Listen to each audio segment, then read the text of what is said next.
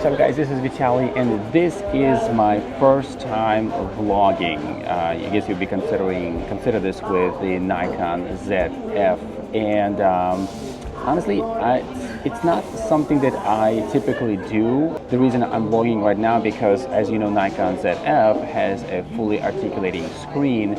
So I just kind of came to coffee shop to see what it looks like, how easy it is to vlog. Right now I have 50mm f1.8 on it, and honestly it's super easy. You probably do want to have maybe a little bit of a wider angle lens in this case, but what I'm having right now is a Nikon Zf, and I just want to see how the AF works. So as you can see, I am fully followed with the autofocus here, and there are really no concerns, no issues whatsoever. And I'm recording in a portrait mode, full-time AF. Again, no concerns here, and it's just really a pleasure to use this camera, to be able to take it out. And it's not small, but smaller than, let's say, Nikon Z9 that I use, or Nikon Z6 II. And again, it is it's a different kind of camera. It's a retro style, and I have so much more content, guys, coming up. So if you are new to my channel, please consider subscribing. If you are into the retro cameras, if you're a big fan of Nikon DF cameras or FM2, and as you know, that ZF camera is really a follow-up technologically to what we have seen with other cameras in the past. So guys, right now I'm recording actually on the 24mm focal length. Basically this is a 24-70 f2.8, and of course camera looks so much bigger. This lens is not meant for this camera because the camera is meant to be portable. It's meant to be put in your a backpack maybe and just grab and go. You can certainly use this camera for a lot of professional work, including photo and video.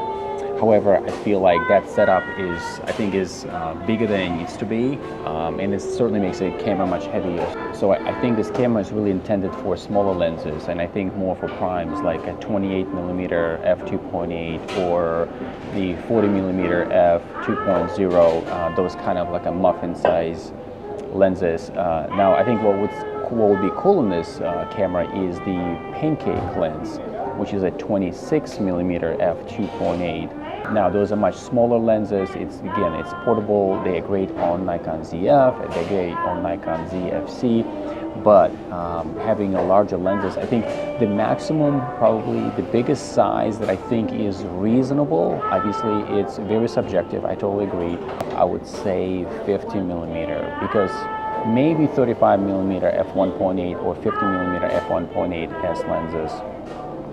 You can certainly use these cameras with adapters and f-mount lenses, also prime lenses. But I think if you're looking for the most optimum solution, the kind of the cream of the crop setup for the ZF, I would probably say is that prime lenses, the shorter focal length, 28mm, 26mm, 40mm, and maybe up to 50mm is what you're looking for on a ZF, as well as the ZFC. For having a 24mm right now, this is what it looks like. You can certainly use it for vlogging. It's a good focal length from that standpoint. And but I would say just for everyday carry, 24-70 is not something that you should be considering because it's just too big of a lens. It's portable, it's something that you're likely not to take with you, and if you really want to experience the camera and all these amazing features and capabilities that the camera offers, is that prime lenses. I would begin just to repeat: 26mm f2.8, 28mm f2.8, and 40mm f2.0, I believe. These are the lenses that I would highly suggest for this camera. So guys, right now I'm recording at 4K 60, and you can see there is a crop to 4K 60 on Nikon Zf, and I actually had to move back a little bit, quite a bit, maybe good 2 or 3 feet, just to be able to get somewhat similar frame and get me sort of in a camera. Even with that, I can see that my head is being slightly cut off here, the top of my head. And I'm recording on the 50mm f1.8s lens. So my camera currently right now is literally probably good 8, maybe 9 feet away from me.